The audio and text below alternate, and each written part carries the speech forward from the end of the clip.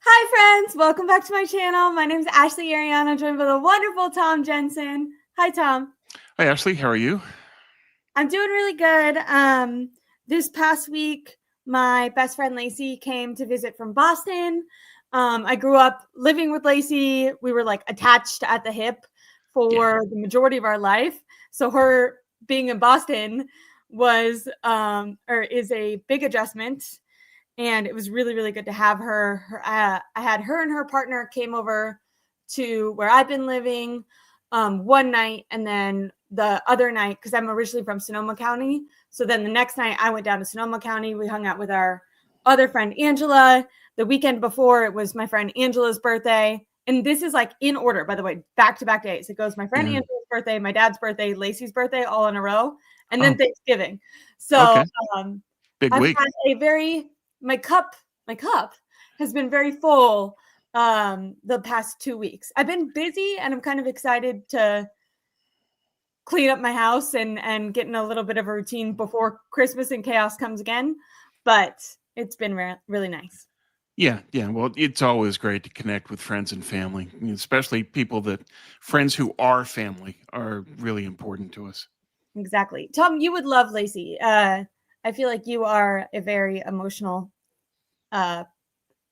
in tune person, and Try to be. conversations with her are a lot like that. But yeah, and like it said, the weekend before, that's when I went to the game. I hung out with my dad. So it's been a really nice time.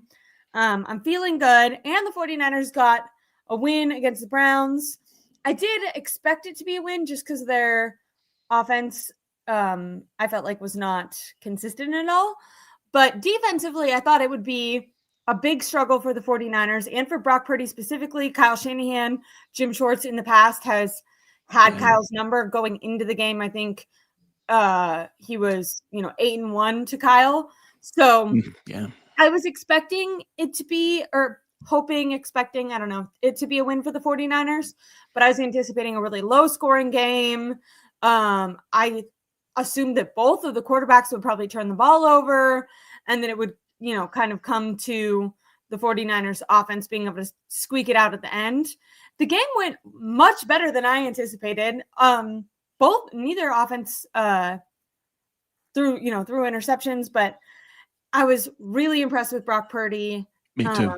Which I think is important to point out, because I want, like, I don't think of myself as someone who's negative. I think of myself as someone who's like honest. If I see a bad game, I'm going to say it's a bad game. Sure. If I see a good game, I'm going to say it's a good game. So I was really impressed with Brock Purdy, his ability to move out of pressure. Little later on, we're going to talk about grades, and I'm going to be interested in talking to you. Spoiler alert, PFF and other sites have this offensive line ranked really high.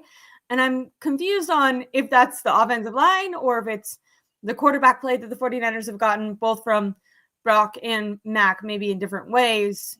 Or, they have different ways of getting to their goal, but I think each of them have been able to make this offensive line look a little bit better. So, I feel like I just went on a tangent, but I haven't talked to you since the Browns game. It's obviously a bye week. We're going to talk about what we've learned throughout the season so far and what we think the 49ers could do going forward. But before we get totally into it, what were your takeaways from the Browns game? I was very impressed with Brock, like you. That my biggest concern with Brock was that he would get pressure and then panic throw into traffic. And that's how a lot of the picks happened.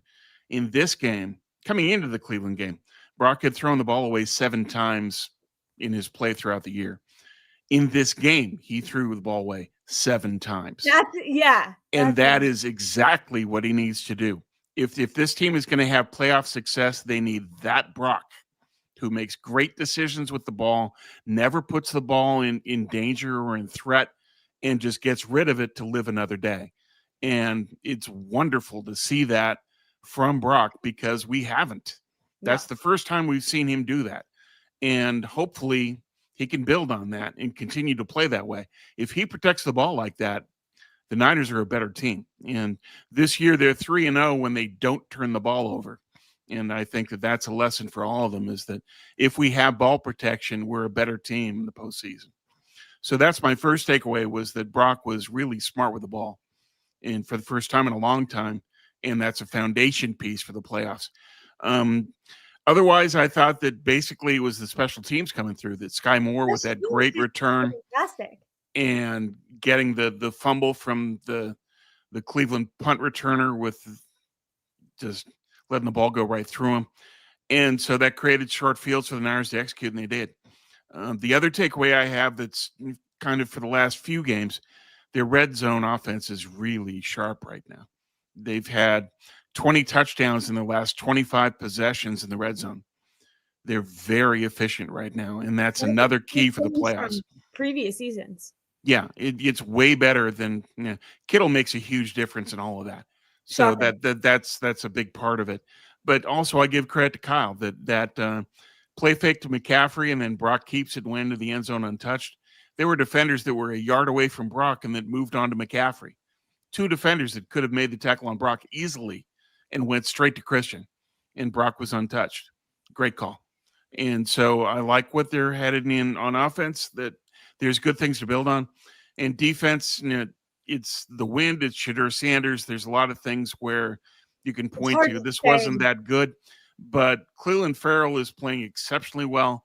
Malik Mustafa is finally healthy and at peak shape and is now playing at an impact level, especially in the run game. So I think there's a lot of positive factors for this team going forward right now. I completely agree. I didn't know the stat. I knew Brock Purdy threw the ball away much more in this game than he has in the past, but the fact that he matched his season versus this game is pretty incredible. And I felt like after the game, some people were citing his stats, and to me, that's what I didn't like about Aaron Rodgers. Like, I felt like if Aaron Rodgers had to choose between making sure he had like a great stat line versus taking a chance and maybe winning the game for his team, but like his completion percentage wasn't as good, that he would often kind of be more individualistic and choose something that made him look good.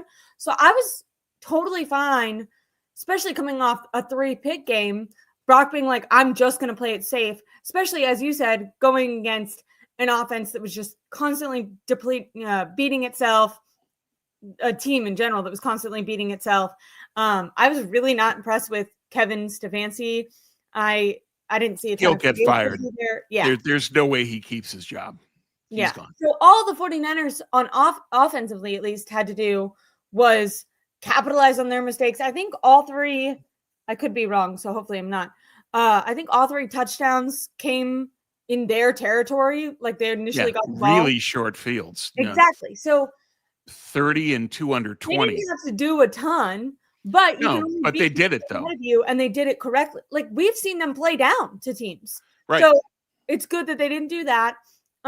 Very impressed with Sky Moore. Special teams is now, I saw a stat that they're ranked top 5 in the NFL right now. Yeah, they're second in special. They're second in special teams EPA. Yeah, which is unheard of. I mean, the Niners haven't been like that in special teams throughout Kyle's tenure. Or maybe even Harbaugh's, honestly. It's been like 12 years. It's been a long time. Yeah. Well, it's just that 66-yard punt return was the longest in 15 years. It was since Ted Ginn Jr.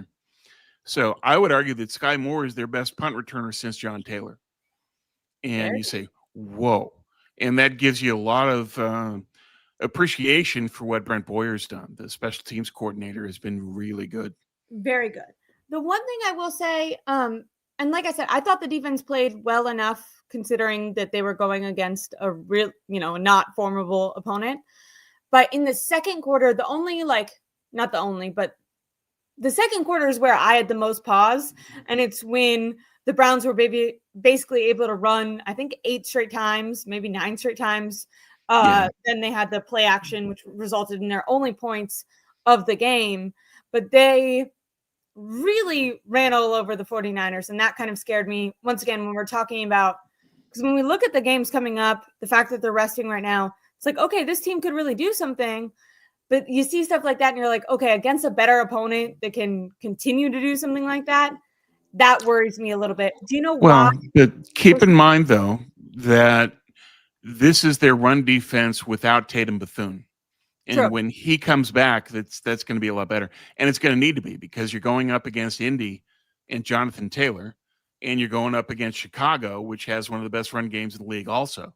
So in those games, the Niners' run defense is going to have to show up and play well to win those games.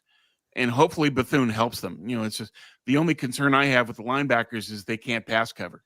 That's a skill they don't have in the roster with Fred out. Yeah. So that's a vulnerability they can't fix. But Bethune can help on the run D. And with Malik Mustafa playing now in peak shape, he's another one that's really going to help in run support. That's going to be a difference maker for them. Really quick, just when you said peak shape, it reminded me of one other point that I had about Brock Purdy. Not only did I like that he played a safe game, but I felt like he looked the most mobile in this game, which really helped him avoid some sacks and like continue to be able to move the chains. When Kittle came back, there was about 3 games that Kittle didn't look like how he looks now. He needed to ramp up. And he said that by his own admission, he wasn't in shape when he came back. Same thing you just mentioned, Malik Mustafa. Feels like, okay, he's actually getting into game shape now, or like we're seeing Mustafa that we're used to seeing now. Right. We didn't necessarily see that his first game back. I think a promising thing with Brock Purdy is that going into this bye week, we saw kind of how we want him to be able to continue to play. And we saw that toe didn't seem, knock on wood, to have that many limitations on him. I know he talked with the sideline reporter, and she had said that he doesn't even feel it in the games, that the most pain he feels is, after the game, I assume after the adrenaline wears off, but that he's able to go through practices and everything on Monday. And it's mostly about like proper rest and ice and rehab after the game Monday morning type thing. But I think like his first game back, you really saw like some hesitation when it came to planting his feet and stuff and running. And I just didn't see that this game against the Browns. So I'm hoping you have a bye week. I know George Kittle, Kyle, they both kind of make comments about it being negative, how late in the season the bye week is. Being said, it's such a wide open year for the playoffs and Super Bowl contention. I wonder if this bye week being late actually ends up working in their favor, because they can go into these next, games fully rested, and instead of like they would have had it a couple, weeks ago. It's like, okay, I'm starting to wear down by the end of the season again because the bye week was like more evenly split. It's unfortunate they've had to like wait this far to get it, but now they're really going to be able to like be rolling for the end of the season and into the playoffs if they get there. I think this bye week can be a springboard. I agree with you that because it comes so late, it prepares them for the last 4 games, and the last 4 games decide the season. Exactly. So we'll have to see how they respond. But I agree that Purdy getting healthier and therefore more decisive, that there were plays in the past 2 weeks where he's made decisions on, I'm not going to run, I'm going to throw, and then he throws into traffic, or I'm not going to go past the line of scrimmage. Now I get the sense anyway that Brock's playing more freely, more organically, more instinctively. And so he doesn't have that in his head anymore. And that's going to help him going forward to just play free. And I think that'll help him a lot. Then the other factor in all these people getting healthy, Ricky Pearsall, is he going to finally get healthy and contribute? They need him. He's going to have to be a part of this. Dominic Pooney and how he's finally gotten healthy and how he's played a lot better. And so there's guys that you give them the chance to rest up and heal. They can help them in this final 4-game stretch. Yes. I want to do some grades, but first we have some updates. John Lynch spoke this morning. Brock Purdy also spoke on KMBR. I think Kyle Shanahan might be speaking like right now, because I saw a clip of that right before we went live. But number one, I guess, news topic that John Lynch was asked about was obviously Brandon Aiyuk. He's the GM. We haven't heard from John Lynch since finding out that Brandon Aiyuk got his contract guarantees removed, and that all season when they've been saying, Aiyuk's about to come back, he's rehabbing, that actually he's not even showing up anymore and definitely probably not going to come back because they just took away all his money. So why would he do that? Right. John Lynch was asked, do you anticipate that Aiyuk will come back? He said, I'm going to remain hopeful, but it's not likely. And really, in my opinion, kind of downplayed his part or the 49ers part in the destruction of the relationship with Brandon Aiyuk, which I don't know, is he supposed to go on there and say, yeah, it's all my fault? But at the same time, he can't fall on his sword in that setting. So he has to just say, well, we hope that Brandon will come back. Yeah. He won't. Why would he? There's no reason for him when he's got no guaranteed money into next year and he's basically going to be a free agent when they release him. Why would he play and risk everything? There's no reason for him to do that. So I don't think there's any chance that Aiyuk returns. And I think that John Lynch knows that, but he can't admit it in public. He can't just say, well, Brandon's done. You can't say that. So, he says what he does. On the topic of Brandon, because John Lynch did have some other tidbits, but I feel like we should stick on Brandon for a second. Brock Purdy, that's about his toe. Brock Purdy was also asked about Brandon Aiyuk, and really, in my opinion, skirted it and said, contracts have nothing to do with me. That's not my decision. This is a bummer because Brandon Aiyuk have had, great moments on the field together. Gonna miss him, but I keep my head out of that. To some extent, I guess that's what you have. Something similar to that is what you have to say. In his role as franchise quarterback, he has to say that. Tom, what I would say, on the role of the franchise quarterback, is I do think he said the right thing. Yeah. But I think what you say publicly versus your actions in the background, I brought this up a while ago. I think it's fair to be slightly critical. And I guess we don't know if this has happened or not. So maybe it's hard to be critical because we're assuming. I would hope that in reality, not in public, that Brock Purdy has reached out to Brandon Aiyuk, that he's tried to meet up with him, keep some sort of connection. And that's before even, this season and this offseason. When there started to be obvious signs that the parties were disgruntled together, I do think I hear, I guess you live through, but I hear stories of Steve Young really bringing Terrell in, or when Jerry Rice was kind of getting upset because maybe there was that transition happening. This was during the Steve Young time. And I heard a lot of stories of him kind of almost being like a manager, that you would have, he sees these are my employees and I need to facilitate good relationships and make sure they're happy and feeling good. And it can't all come on one person. If a guy's determined to want to leave, he's going to leave. But I do think you bear some responsibility to at least attempt to build a bond and a connection where, Brandon Aiyuk would feel safe coming to Brock Purdy. And we don't know if that happened or not, but I would just say publicly, I think saying, has nothing to do with me, I can't do anything, is fine. But I think privately, you actually should be doing something just as a human being, as a friend, as a teammate.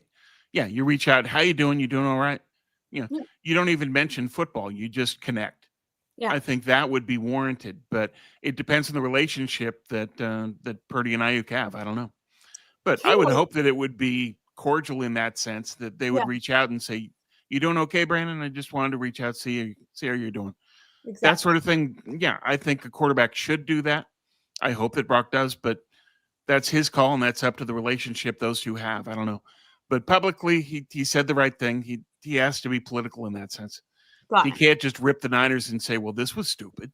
He can't do that. So I actually hate that they made this move. Didn't they look idiotic? Yeah. It's just he can't say anything like that. And so he's making the right decision in what he did say. The last Brandon Aiyuk tidbit, also in KMBR, came out 20 minutes ago. Kyle Shanahan was asked if he's still hopeful Brandon Aiyuk will be available for any of the final 4 games in the regular season. And his short but sweet quote was, definitely still hopeful, but I'm not counting on it. I wouldn't even be hopeful, but I think that's what you have to say. Well, it's everybody is playing their role and saying what they have to say, Everyone's being very political, right? Like, but all of this is done with everyone knowing, including the fan base, there's no chance. Brandon's not going to come back, and they know it, but they can't say it. You know, it's just it's your roles force what you have to say, and they do. Tom, when my employer tells me that I'm no longer going to get paid, my favorite thing to do is to still show up, just out of the love of the game, you know? Yeah. Okay, moving on from Brandon Aiyuk, a different tidbit for the KMBR that we got must be some sort of like bye week. They get to talk to all these guys. Brock Purdy talked about his toe. You and I kind of said, eye test, it seems better because he seems more fluid and less hesitant mentally. Brock Purdy said it's felt great and it's gotten better every week. I'm out there playing and just worrying about my assignments and the details and the throws. I'm not even thinking about my toe. Sometimes I have to rehab a little bit after the game, but during the game, it's really not on my mind. Okay, good. And that's how that's what you want. You want him to play without even having to think about it, because then he'll play the way he normally does, and he'll play in a flow state where it's just, okay, react to what's going on. But at the same time, also in this game, make great decisions with the ball. So the Brock that we saw in the Cleveland game is the Brock we need to see the rest of the year. Completely agree. I would like to let me look at some of the chats really quick.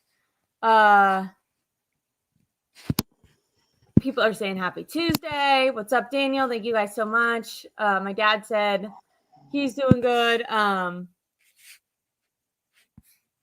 They need to tell the truth and that it's done and he won't be here and they need to move on. I do think that there's something towards, I don't think they can say like he's not going to come back, because you can't speak for him. Yeah, they can't speak for him. Also, he is technically under contract. So if he decided he wanted to come back, they're not in a situation where they could say no until the end of the season. Am I right about that? Yeah. Yeah. If Brandon wanted to show up, well, they wouldn't say no anyway. If Brandon said, okay, I'm ready to play, they'll say, they'd be God. We need you. They would be all over it, say, welcome. It ain't going to happen though. But for the most part, I just feel like everything they're saying is political, and they're not. Yeah. At this point, now 2 or 3 weeks ago, they were definitely, to me, lying to the fan base's They were trying. Oh, sure. They were. Since that Mike Silver article in the Athletic dropped with Diana Rossini and kind of spilled the beans, I feel like they've been everyone's aware of what it is. Like, we cut all his money. He's probably not going to come back, but if he does, like, yeah, we need a wide receiver. I don't think that anything they're saying is like, trying to be disingenuous. I think they're just being political. No, they're saying what they need to say and not saying what they shouldn't say either. So it's just they're towing the line. It's the right thing to do. They can say they're hopeful, but they know, and we know. Yes. So the 49ers have their bye week, and then they're going to come back and hopefully finish out the season strong. To start the season, or during the offseason, we did a record prediction, and originally I said 13 wins, but then I was kind of like talked away from that because I was like, okay, things happen. So I landed on 12-5. This was me assuming, Nick Bosa was going to be there, Fred Warner was going to be there, Brandon Aiyuk was going to come back. I also, when I made that prediction, so I thought the Niners would be better, but I also thought the NFL would be better, because right now there's so much cognitive parity. Yeah, parity. Thank you for that word. In the NFL, where a good team is good one week and then horrible the next week, and it really feels like whoever's healthy at the end of the season, it can kind of be anyone's shot. Like, these games almost seem to come down more to like luck and maybe matchup. Like, what team do go well against this team, versus like this team might be better, but if it's just, you happen to be good at stopping the run and they're the best team in the NFL and have a great run game, but you can stop them, like, you might be able to win even if on paper this other team is better. So all that to say, I feel way more optimistic about the 49ers playoff chances and even maybe ability to win a playoff game than I did, 3 weeks ago. To Yeah. also bring it to reality, the last 2 games that they played have been the Panthers and the Browns. I know Yeah. the Panthers just lost to the Rams. I still wouldn't I watched the Panthers. That's not a good team. I didn't feel like the 49ers had to play a crazy impressive game to beat that team. So I want to keep it in mind that I'm way more optimistic now, but we've seen 2 games that maybe is not going to be the level of competition they go on to play or go on to face. How do you feel about the final games of the season? Do you have a prediction about how this Yeah. is going to Well, go? I just had my latest column was up today on the NFC playoff picture. I've got the Niners at 12-5, which is your prediction. That's me. Um, I have the Rams as the 1 seed at 13-4. Chicago, I think, can finish the season well, but I still think the Niners can beat them, especially since the game's at Levi's. Yeah. And so we'll see how it all shakes out. But in the end, I have the Rams winning the division. The Niners would face Philadelphia in the first round, and that's a Oh, team they can beat. yeah. It's just the question is what's the weather in Philly at that point. But Yeah. like That's you, true. I agree that there's a lot more to be positive and optimistic about this team. That their execution has improved, the defense is getting better. Yeah. Purdy making great decisions in the Cleveland game is a huge step forward for Yeah. them. Especially if he can continue that. Like, Right. If he we've can, been saying for like years, like, you don't need to throw into triple coverage. So if he can right, see the success he just had and go, okay, I'm going to play smart. Now that's hard because we've seen like 3 years of him not have that mentality. So the fact that right. he would all of Yeah, a sudden it's be able to new. switch it and be consistent with that seems, we're betting on something that we haven't seen consistently yet. But what we've seen just this week, is optimistic. Yeah, well, especially when it's throwing the ball away 7 times when he had thrown the ball away 7 times all year. Yeah. That's a big step. I'm hopeful that that's not just a reaction to the wind in Cleveland and Myles Garrett and the Cleveland defense, that's Yeah. permanent. And we'll find out in the games that come forward. So we'll see. But yeah, I feel really good about what they can do. I think that they'll lose 1 game the rest of the way. They beat Tennessee. Tennessee's the worst team in the league. Yeah. That's not an issue. Do you think Indianapolis, I'm sorry, go ahead. I'm interrupting you as you're about to say. I was going to say Oh, Colts. I'm confused. Like, are they backtracking? Am I overreacting to them? the Colts are regressing because Jones is not 100% now. He had He's a injured, right? fibula injury, and that's changed what they do. They've lost their balance because he's not the passing threat that he used to be. So Yeah. now teams can stack up and say, we're going to stop Jonathan Taylor. We're going to load up the box. And now Daniel Jones can't beat us. And that's part of why the Colts have fallen. So I think that they're a beatable team now because Jones isn't healthy. Yeah. And I have the Niners winning that game. Chicago, it's can they stop the run? It's that great offensive line that the Bears did because Ben Johnson said, I need a line. And they went out and spent on it. And they got Drew Dahlman, your guy. And now their running game is basically their offensive line creating holes for their backs. Caleb isn't playing that well. Their quarterback, Caleb Williams, Yeah, I he's know. only completed like 50% of his passes, a little bit higher over the last 3 or 4 games. He's not playing well. Their run game is carrying them. So if the Niners can protect the ball and stop the run, they beat the Bears at Levi's. And then the final game is Seattle, and we'll see. But I think that the Niners are in position where they could win all 3 of those games and go into the Seattle game and saying the winner gets to play at Tampa in the wild card round, and the loser plays in either Chicago, Green Bay, or Philly, depending on who wins their division and what their record is. Okay. So that's a very big game for both teams because you can play warm weather as opposed to snow. Which is especially important for Brock, unfortunately. Well, it's important for both because Seattle's not a great running team either. There are times when Walker and Charbonnet can be good, and there are other times when they do nothing. Yeah. And in the snow, you can't have a nothing run game and win. So, we'll see how that goes. But I have the Niners. I predicted 12-5, 6 seed, go to Philadelphia, and they can win that game. They've played Jalen Hurts well. They know how to scheme him, and Saquon is not the same back because no back recovers after a season like that. The No. NFL history is such that backs have that huge game or that huge year where they've got 2,000 yards. The next year, they're usually hurt. Yeah. And I think that We've seen Saquon that. he lost a lot of tread in the tire based on what he did last year. And now he's 740 yards this year, completely different back. That's a team that they can beat. I just wanted to take a moment to say I didn't just randomly start crying. I just went to take a sip of tea and somehow got tea leaf in my eye, which is fine. I just I thought maybe Ouch. I didn't want you to think that we were that I just got really emotional in one eye.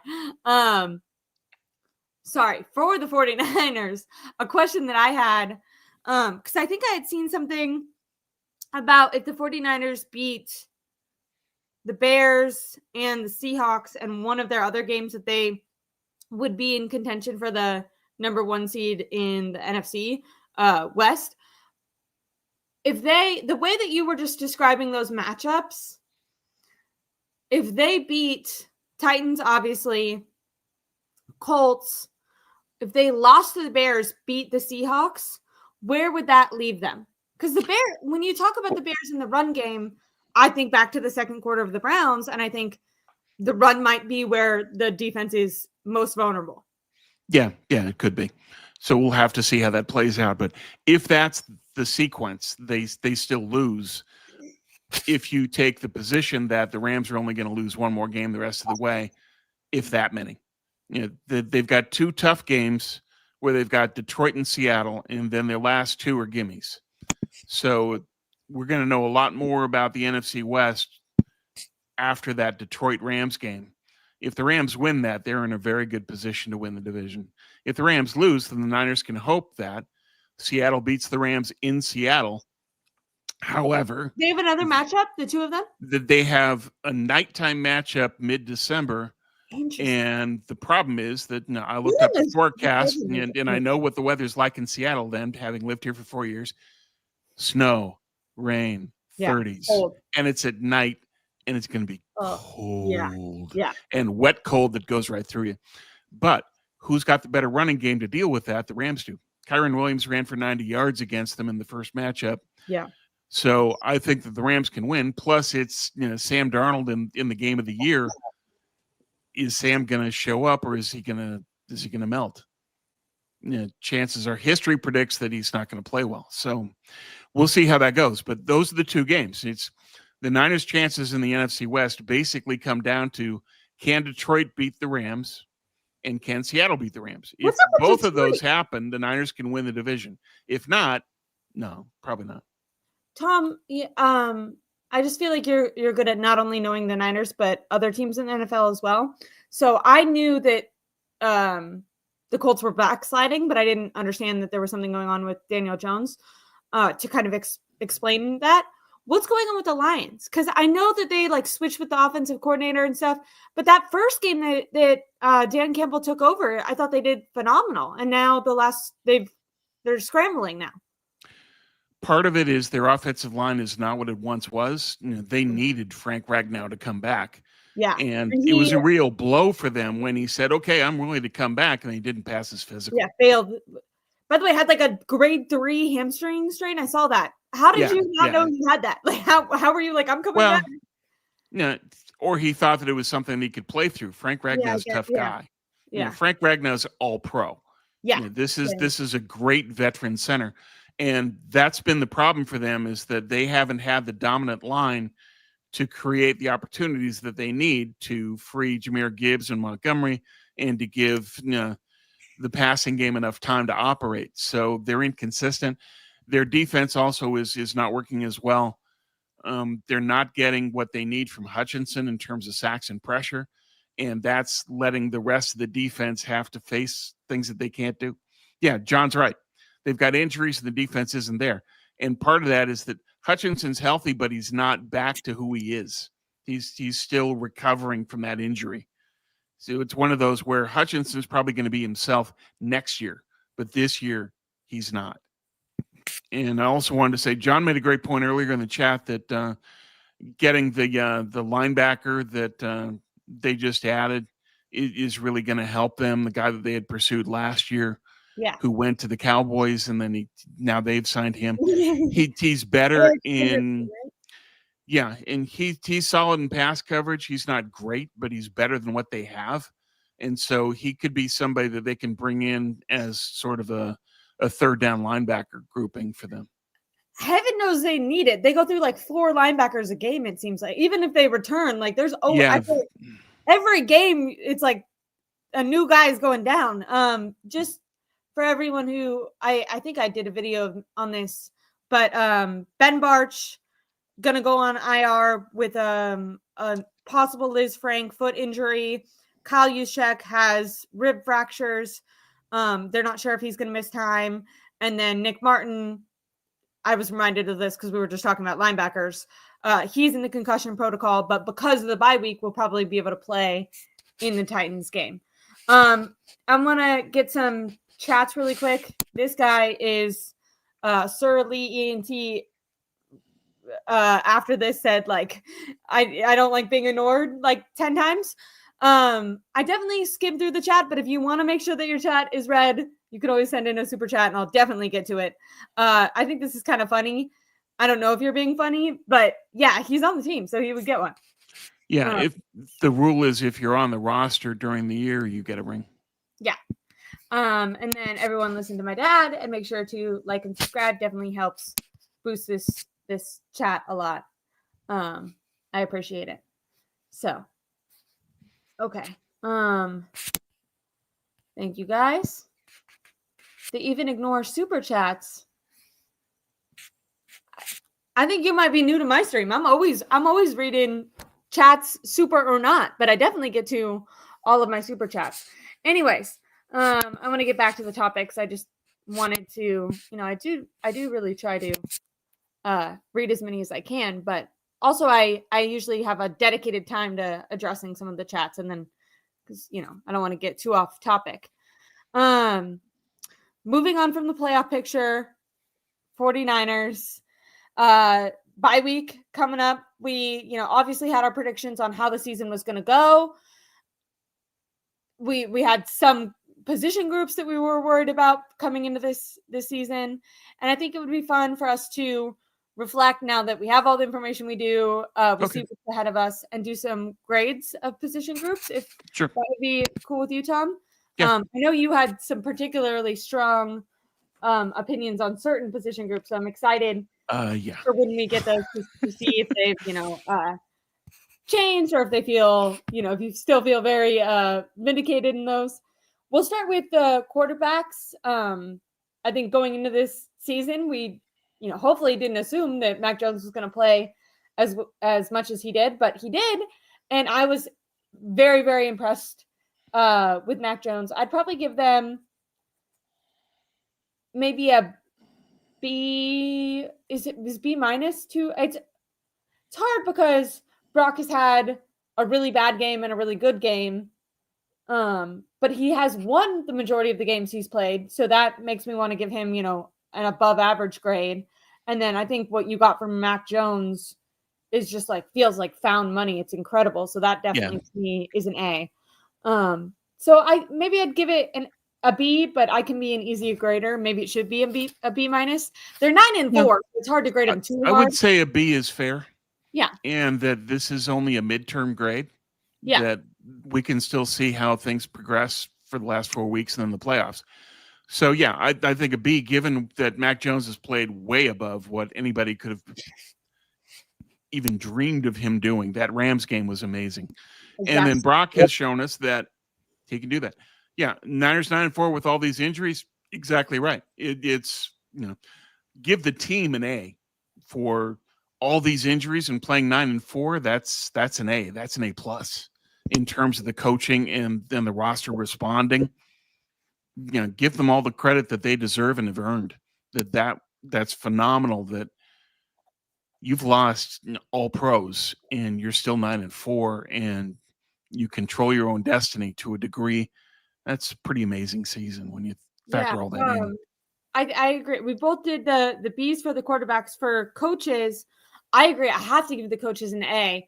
I'm so impressed with Robert Saleh, with the amount of injuries he's had, with the rookies that he had, and then the first round. By the way, we talk about Nick Bosa and Fred Warner. Their number one, or not number one, their first pick of the draft went down as well. He's, I feel like, had to deal with rotating players, sometimes as many as 5 in one game. And continuously, the defense has held the 49ers offense in games. I know, for the Browns game, they actually scored a good amount of points, but many games this season, the 49ers have stayed in it due to their defense, which is kind of not something we thought we would be able to hold on to after the losses. I think if you reflect like 5 weeks ago, people were like, okay, the offense is really going to have to step up. Yeah. And maybe they did in the Browns game, but for the majority of the season, they were just kind of coasting along, and this defense has just been I'm more impressed with Robert Saleh after this season than I would have been if they stayed completely healthy and had the same outcome, because it's just like, wow, you're really and I hate to be down on Kyle, and I'm gonna give Kyle praise in like 1 second, but he's been very adaptive, and he's had to be because of the injuries.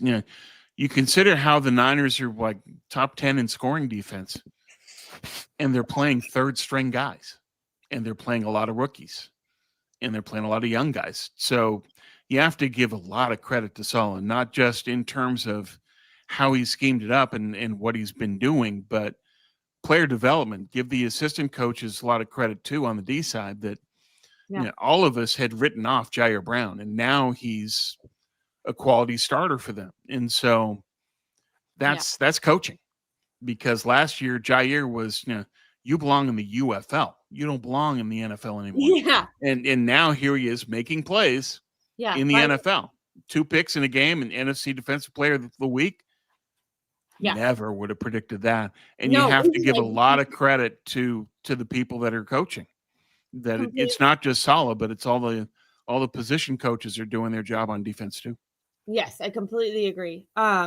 So Saleh, we talked about it earlier. Bryant Boyer, what a change that has been for the team. I mean, if you go back to last season, there were, I think at the time I actually went through and calculated the exact number, but right now I'm just going to spitball. I think at least 3 games that the 49ers lost, they lost by 3 points or more or 3 points or less, 7 points or less, in a game where the 49ers kicker missed a field goal. So the fact that the fact that we've been able to feel confident when there's going to be a kick return, punt return, when there's going to be an extra point or a field goal, both with Eddie and Matt Gay, who they brought in with Eddie being hurt.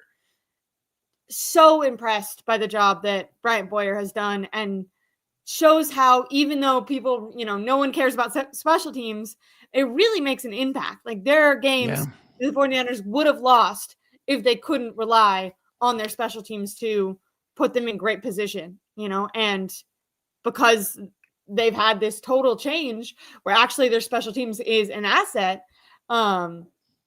It's been incredible. And then with Kyle Shanahan, some of this obviously Lynch gets credit for because he brought in Mac. You would assume you'd assume it was a Lynch plus Kyle type of thing. Well, given how Kyle felt about Mac Jones, I think that's Kyle directed. Yeah. That Kyle says, go get him. I got to say, I mean, having Mac has been, he is the reason that the 49ers are in the position that they are now. He's the reason that they could and should have taken their time with Purdy even more than they did. But once they needed to, they were totally able to rely on Mac. And they've done a really good job, I think, on offense, with Ricky being out, Brandon Aiyuk not being there. I think they've done a good job. And Kittle being out for a month. Yeah. Kittle was huge, and then they still managed. And so give Kendrick Bourne credit. Yeah. And say that this was truly a 53-man team effort to get to 9-4.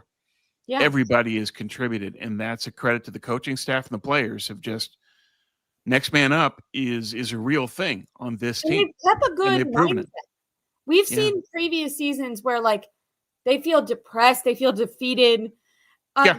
For the most part, I feel like gone into every game, or at least there's been some games where I feel like they started kind of sleepy, but I feel like the general mindset of the locker room is like, this is a new season. We can do this. Like last year, we talked a lot about like the core and quest for 6. And it's like, no, just start over this year. And this year really feels like that. It feels like a whole new team and a whole new mindset. And they're pretty optimistic beings with all the injuries that they've gotten. Yeah. You could see that really crumble a team with the Aiyuk drama, all that. Juwan had drama for a little while. All the outside noise that in previous seasons, I feel like kind of showed up in games, Kyle or whoever has really been able to manage there being that not affecting game performance. And I think a head coach deserves credit for that. Kyle deserves a lot of credit in terms of turning that mindset around and getting them to believe in each other, even after all these injuries. It's the us against the world mindset that they brought to that Rams game was huge and won the game. And I think that's one of the most impressive Niner wins in years was that win. Yeah. And it spoke to the character of the team. And it spoke to Kyle leading them well and effectively. So a lot of credit for him for that. Yeah. That it's a completely different mindset than last year. Had these injuries happened with last year's mindset, season would have been over. Yeah. And now they're 9-4 and still in it. And everybody involved deserves a lot of credit. They were like punching people on the sidelines. Like they were not that together last year. Like no, they were a bunch of islands. But this season, like before, it felt like, okay, we're kind of trying to gather together because we're winning. Where this so far, even when they lose, they still feel together. They're not turning on each other in the way. Yeah, they're cohesive. They're not sniping. They're not pointing fingers. They're saying, "Let's go." Yeah, and there's a collective belief in the team that helps. Bigger says in the chat, I thought Solo's come back next season. He's under contract, but the contract includes a clause that's pretty standard across the league. If you get offered a head coaching gig, you're gone. And so if somebody offers Solo a job, that's it. He would be under contract with the Niners, but he'd go. And Kyle would honor that, and he would have to. And that's part of that's accepted league. I don't know. Policy, it's sort of the unspoken rule of coaching and contracts is if you get a head coaching offer, you're gone. So he's under contract, but he could go. Now, the question is who would hire him? That depends on what jobs come available, and we'll see. Yeah. Obviously, Cleveland's going to be one of them. Stefanski is not going to keep his job. Yeah. No way. But we'll see how all that sorts out. But there are other teams where if as the rumors are indicating, Tomlin moves on from Pittsburgh, that's something where Saleh would definitely be in consideration for that job. Yeah. I think Saleh will be careful to not just take any job this year because he already, kind of did that with the Jets. But, if he looks at the Steelers, he probably thinks that's a stable organization. So it'll be interesting. And there is like a policy where you can't block because my dad, I love my dad, but he's been mad about this stuff before when the 49ers have lost good coaches. So I've had to look this up. They're literally not allowed to block an upward promotion. If a different team wanted to hire Robert Saleh to be their defensive coordinator, they could block that. And they actually did that. Because it's lateral. Yes. And they actually did that twice with Mike McDaniel, which didn't come out until after he was on some podcast and talked about it. But once the Dolphins said, okay, we'll hire you as your head coach, then they couldn't block it.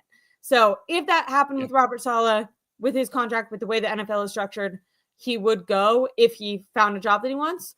But if it's anything lateral, then the 49ers will keep him. And I don't think he would even want to accept a lateral. Like, he's going to stay he stays here because he gets the best exposure here. Yeah. As a team that's consistently in the mix in the playoffs, that it's the best way to broadcast his expertise. But if the Pittsburgh job came open, I would imagine they would interview him. If he got that gig, that's one of the best jobs in the NFL because they don't fire their coaches. They keep their coaches long-term. Most of those guys, you go over the decades with Pittsburgh, it's 3 head coaches since the 70s. It's amazing. Yeah. People are coming up with tons of hypotheticals in the chat about Robert Saleh, but I do want to get through the rest of the grades before we have to end this stream. I think if it's a bad organization, Saleh will probably turn it down. If it's a good organization, he's probably going to jump because he made it pretty clear even before accepting it this year. If you remember, he wasn't hired on until later on in the process.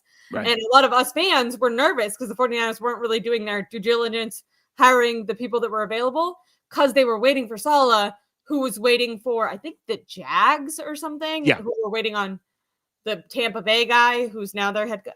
It was a whole mess, but yes, we know that Saleh does want to be a head coach, unfortunately. I wish that he didn't and that he would just accept that he wanted to, Most coaches do. If you're a top 5 defensive coordinator in the league, what do you want? You want to be a head coach. Yeah. Wide receivers, it's hard to grade the wide receivers. They've been injured. They've not been playing at all, or they've been in and out. I guess you would say Juwan Jennings has been playing for the majority of the season. Started off a little bit slow, but then has really came into himself. I saw some stat that he had, which this doesn't seem like a lot, but he's had 4 receptions in the last 3 games, but had a touchdown in each of those. So that's pretty cool. How would you grade the 49ers wide receivers? Ricky's back, but he hasn't done anything. And I'm tempted to just give them incomplete because they don't have Aiyuk and Pearsall's been gone so often, but you have to give them a grade. So if I did, it'd be like a C. Yeah. Because there's not a lot of production there outside of the few games that Ricky Pearsall had an impact and Kendrick Bourne's games. Yeah. But across the board for the entire group, no, because most of the targets, over 50% of the targets go to CMC and Kittle. Yeah. So exactly. The receivers don't play a big role to begin with. Every week when you look up the 49ers versus whatever team they're going on and go to player stats, the receiving, it's always Chris McCaffrey, Kittle. And you're like, okay, well, neither of those are the receivers. I agree. I'd honestly give them like a D. Or maybe it's hard, right? Because I don't mean that Juwan Jennings gets a D, but I mean as a group, collectively on the field. Jennings did start slow, but now he's doing good. Ricky Pearsall has played like 2 games, a little more than that, but you know what I mean?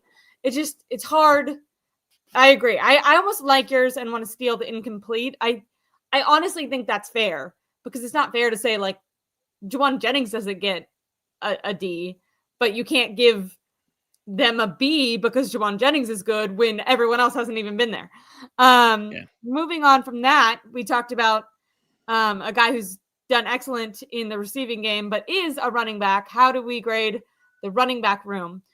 To put out some stats before you answer, Chris McCaffrey is breaking like every record possible. Adam Schefter had a tweet today that just listed all these records. It's not efficiency. They're actually second worst in the league with 3.5 yards per carry. So efficiency-wise, it's not good, but they're just giving him a shit ton of touches. Brian Robinson has consistently gotten like 1 to 2 yards more per carry each game than Christian McCaffrey, but he, doesn't even get the ball half as many times. Right. Overall, how do you grade the running backs? I would say that you have to grade them first on the run game itself, and that's a C in terms of where they are in the league. But you also have to say, what about what Christian has done as a receiver, even though he's back? And so I upgrade them. That's obviously a plus. And so you combine the two, and I would come in at like a B, a lower B for the running game overall for the running backs. And that's Christian has been phenomenal as a receiver, fourth in the league in receptions. And he's going to set all kinds of records for touches and for total yards from scrimmage and all that stuff. He's going to have an amazing year. But it still comes down to, can you win games with your run game?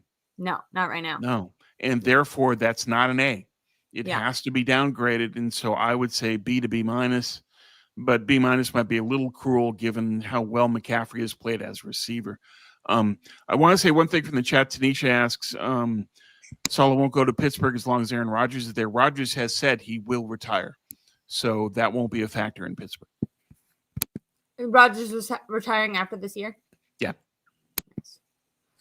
Um, But it's still Aaron Rodgers, so he can go back in his word. He always has. yeah, But no one in can. theory, based on his latest statement, he is retiring, and he Yeah. should. It's so interesting, these stats. So Adam Schefter put this out today. Christian McCaffrey is having a historic season. Some of his stats during this bye. Christian McCaffrey is now league leading 1,655 scrimmage yards this season, 849 rushing, 806 receiving. He's the third player in NFL history with at least 800 rushing yards, 800 receiving yards. His first 13 games of this season joined Roger Craig in 1985 and Marshall Faulk in 1998. A different one, it's the third season in Chris McCaffrey's career where he's had the 800 and 800, tying Marshall Faulk for the most in NFL history. Yep. Christian McCaffrey is now on pace for the second for his second career season with 1,000 yards rushing, 1,000 yards receiving. And then his 85 receptions this season are fourth in the NFL, 31 and 31 more than any other running back up until this point in the season. I think that goes to kind of support what you're saying, which is he's dominating in touches. Like, they are giving him the ball a shit ton. But like, and all that, by the way, is really impressive. Like, durability is something that's, sure, you have to factor that into the grading system. It's great that he's been able to keep that up this year and not be injured. But then you look at the efficiency on the ground and the fact that they're the second least efficient running team in the NFL. And it's like, okay, you can't, I'm just backing up. Some of the things he's doing is impressive. You can't give them an A because they're the second worst running team in the league. Yeah. So. Yeah. So you have to balance out everything and then just see how it goes. Yeah. But yeah, this is just Christian's going to win comeback player of the year. He's not going to win offensive player of the year, but what he's producing and the touches that he's taking on are impressive. Yeah. And I covered the Niners in '85 when Roger Craig did the 1,000 year. Oh. And I was at the game when he said it. And something I've never seen as a journalist before or since. Roger took the podium after the game, press is there collectively, and everybody stood up. We were already standing up anyway, but we all gave him basically a standing ovation for the 1,000. Love it. And that tells you everybody that was there, people who really know football, who covered the Niners for decades, all of them are doing that. And that was a special moment. And Roger was touched by that, taken aback by it, really. And then he went into his comments in the game. But I will never forget that was a moment of just everybody saying, we have just witnessed history. And everyone appreciated that we were there in that moment and knew what Roger had accomplished, and he knew it too. And that's just something I'll never forget as a reporter. I like that too, Vic, Tom. Yeah. Nice. Yeah, that's cool. That's really wholesome. Tight ends. I would give him an A because I think Kittle's been fantastic. And when Kittle was injured, Jake Tonjes did fantastic. I think it was Grant. He put up like the highest top 10, highest PFF grades on the team. And Jake Tonjes, who hasn't played in like weeks, is still like top 5 or something. If anything, I think you could criticize why they haven't done more like 2 tight end sets or something and had them both on the field at the same time. Yeah, but that's been one of my hobby horses. Yeah. 2 tight ends, 12 personnel. Yeah. And G Hamp 61 says, why isn't Roger Craig in the Hall of Fame? I hope that's changed. It should be. Yeah. He changed the game. He made it possible. Roger Craig set the foundation for Marshall Faulk to then do what he did. So, I think you have to recognize the importance of his achievements. Yeah. And here's also someone that had 3 touchdowns in the Miami Super Bowl. Give Roger credit. He was a great running back, a great receiver, a great teammate, a rock for this team for a long time. He deserves to be in the Hall of Fame. Yeah. I completely agree. And all love to the tight ends. Okay. So O-line is interesting. Bringing up that PFF grading thing again, Trent Williams is ranked number 1 on the team with a PFF grade of 85.9. Then these ones kind of will shock you when we can talk about how we feel about the offensive line in a second. Colton McKivitz is ranked number 3 on the team with 80.5. And then Jake Brendel is ranked 6th overall on the team. This means, by the way, PFF thinks he's the 6th best player. I don't understand. With 71.2 PFF grade. All that to say, according to PFF, the offensive line has been good. Have they been as bad as anticipated? Probably not. No. But this is where I would give credit to when Mac was playing, getting the ball out quick. This most recent game with Brock Purdy, there was some stat that he was pressured on every single one of his dropbacks, which is, by the way, a horrible stat. Well, that's also Cleveland, though. I mean, it's keep in mind that defensive front is amazing. Yes, of course. But I think the quarterback offensive line relationship, they kind of go hand in hand. Much like the run game and the offensive line go hand in hand. So, do I think maybe the offensive line is better than anticipated to start the year? Yes. Do I think that they're as high as PFF is putting them? No, I think that they have, benefited from having good quarterback play or quarterback play that is, putting them in a position where they can be graded highly on PFF. Yeah, well, PFF has always overgraded the Niner offensive line anyway. Yeah. Every year it seems like PFF has them and we're all just kind of scratching our heads saying, what? Yeah. So, I don't put a lot of stock in that. I do put some credibility to PFF because they work at it. They have a system. They try, but I just don't always agree with it. I would say that, given that the running game is not any great shakes, that has to factor in. Yeah. But the pass protection has been solid, and really the only problem that they have now, anyway, now that Purdy is fully healthy, the only problem they've got is at left guard. Yeah. And, that's Burford right now, just right? that it's a function of not drafting to fill that hole. Yeah. That they overcounted on Ben Barch when what do you do? No one else did. Everybody knows Ben Barch will sprain an ankle walking to the field. It's not going to happen, folks. So in a way, they're really lucky that they've still got Spencer Burford, because if they didn't and they had staff to still play Colby, they would not be 9-4.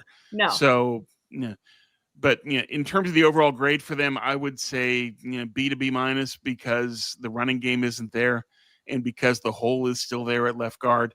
But they're getting better.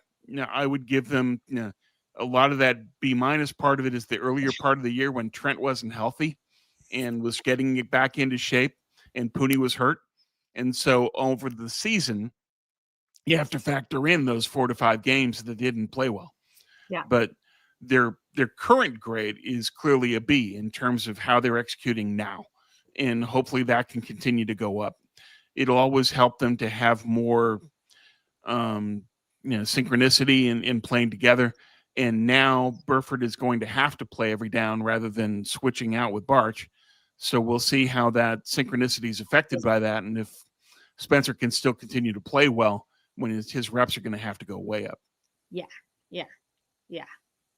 It'll be interesting to see. I'm glad he's still on the team because, like you said, they would have been screwed without him. But it seems like he's been best in kind of a rotation. So it's going to take on a little bit more to end the season. So we'll see how that works out. D-line. C. Yeah. But that's, you don't have Nick Bosa. Yeah. One of the best players in the league. You don't have Michael Williams. Collins took a couple games to get into it, but now he's been quite good. And I got egg on my face. I'm the one that said Collins, in the draft. So he sure proved me wrong. He played great. And they're getting better play out of West. They're getting phenomenal play from Cleveland Farrell. So this is another one of those where they were D to F for a couple of games in the D line post Bosa injury. But now I would say they're up to a C because Farrell is still doing things well. The run game is kind of a work in progress as far as what their run D is going to be like. Let's see what they can get once they get Bethune back and then that'll be the fair way to judge the level of the run defense going into the final few games of the year. But I would give them a C overall for the season, and that's a function of the injuries. You know, the talent that they have in the roster in terms of just when these guys are healthy. And if they have everybody healthy going into next year, that's a pretty good D line. I would still want to add an edge in the draft, high, but we'll see what they do. I would hope that they add some talent though, because they do need more depth. We're gonna rapid fire the last couple, and then we can get into it Okay. a little bit more because I'm losing daylight and didn't realize that my light in this bedroom is broken. So Oh, whoops. yeah. So if I'm getting darker, that's why. Linebackers, I mean, shit, they've really been struggling with the injuries, but you can't give them part of me wants to say they've done good, all things considered, but you can't not consider the fact that they, have not been able to have a healthy guy. D. Winters doesn't look great. Tatum Bethune was looking a little promising, so it'll be good to have him back. Curtis Robinson, not great. Nick Martin, he was never incomplete for Nick. Yeah, it's just we'll see. But yeah, overall, just in terms of their performance over the course of the year, B minus, C plus, and it's just they don't have Fred. What can you do when you're missing the best linebacker in the league? Yeah. That it's going to happen. My concern with them was what I wanted most in terms of the deadline move was go get a pass coverage linebacker. Yeah. And there was one available and they didn't get him. And then the Jets benched him. And so he could have been had. And if they had made that move, I think that could have been a huge change in what the Rams did to them in that game. The Rams put up 42 in large part because the Niners didn't have a coverage linebacker. Yeah. And if you face the Rams again in the playoffs, had you added Williams from the Jets, it wouldn't be as big a crater as it is now. And I think that Lynch is guilty of focusing too much on edge and focusing too much on, I will not overpay. Okay. But then given that, why don't you go get the pass coverage linebacker you need? So that's going to be a sore spot for me that I'm going to blame Lynch on for that one. So linebackers, it could have been better, and getting Eric Kendricks is definitely going to help. But I would give him a C plus for the season at large. Yeah, I would give him. I think you're being nice because the people, what are you going to do when you lose the best linebacker in the NFL? I'd say even C. I'll do C. I was going to say C minus, but I'll do C. It's hard to. You can't be super critical of guys who are never supposed to be starters and are just doing the best and playing maybe the best of their ability, but that was never supposed to be. Yeah, and Tatum Bethune proved that they certainly didn't go into the year expecting him to play that big a role, but he came through when it was called upon. So credit to him. And then to end it off, the secondary, I'm conjoining these just because, like I said, running out of daylight, but we have safeties and corners. I think the corners are A minus to B plus. There are games when they haven't played well, and there are games when they really did play well. And so there's this inconsistency. I would say that Lenore has been the most consistent player. He's been very good in his quarterback rating against, but he did have a game where he got burned. Renardo Green played exceptionally well in that first Rams game and was a big key to that. And, I would say that he was not good against the Panthers. I was there and he was. No, he was not. And so he was that's part of it. I would say B plus for them because Lenore has played well. I agree. And they're getting some good play from the rookie in the nickel. So, okay. Safety, C minus. They've played well lately, but over the year, this has been the biggest weakness on the team. Completely agree. I think we really saw those weaknesses exposed just a couple of weeks ago, and then they kind of have had a resurgence in the last two games. But as you and I have talked about, okay, how does this apply when you're going against a team that can and will exploit those areas? A good receiving team, a team that doesn't have a rookie quarterback or an inept play caller with the Panthers. it'll be interesting to see how they go on and play in the playoffs. I think that's where they have the biggest they could be exposed the most once they start going against. Yeah, it's the biggest danger. Yeah. In that, and They're given kind of that, holding on now, and it's like, okay, if they go against bad teams, they can put window dressing on it. But I'm worried that could end up being a source of their downfall. In the most important games. And as good as Jair has played, there have been moments where he has been burned. Yeah. You know, the Cleveland game, Judy was wide open and there was nobody there for a couple of steps. And that was the wind taking the ball or Shadur overthrowing it or both. But that doesn't take away from the fact that safeties weren't there to make that play. Yeah. And that play, I believe, was on Jair. So there are still moments where he can get beat. Yeah. And they're lucky that they didn't get beat on that play by Cleveland. So it's a danger, it's a threat, but at the same time, Jair has really stepped up his game again and gone back to the level he was with Wilkes. And that's a credit to we've seen him play all the coaches that they've had this year that have taken him back up and resurrected him. So, the safeties are better, especially now that Mustafa is back to peak shape and Jair is playing with more confidence and playing better. But I'm still worried that Jair can get beat. And I think that that's something that a team is going to pick on in the game plan in the playoffs. Yes, I completely agree. Tom, I love you so much. This is a great Love you, Ashley. This is great. I felt like we had so much to talk about. There's even more chats that I want to get to, but luckily we have Tuesday. So we're going to next Tuesday. So we'll be able to, maybe I'll write some of these down, which team I see Vegas as which team looks scary and the most unbeatable at the moment. I'm kind of looking forward to there being a bye week for the 49ers to really watch the other teams in the NFC and the AFC and see if some of them start to stand out more than others. And like I said, considering also the matchups, like Dallas isn't the best team by any means, but I do think maybe they have a receiving core that could really exploit our safeties and cornerbacks. So it'll be interesting. We'll definitely get to even more of these questions for the rest of the season in our next stream. But please make sure to follow Tom on Twitter, NinerCast. He did like takeaways from the Browns game and then a playoff picture moving forward article that came out yesterday, and then another one today. So make sure to check those out. All of our topics were basically ideas taken out of those articles, as they usually are. So make sure to follow Tom there. Make sure to give me a like and subscribe so I can afford to buy a light for my room. I'm just kidding. By the way, that's a joke.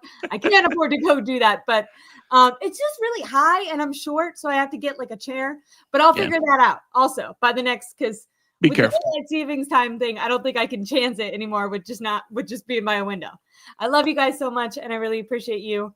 Give me a like and me subscribe. I hope you guys have a wonderful week, and make sure to tune in for the next one. Thank you guys, and thanks, Tom. Thanks, Ashley.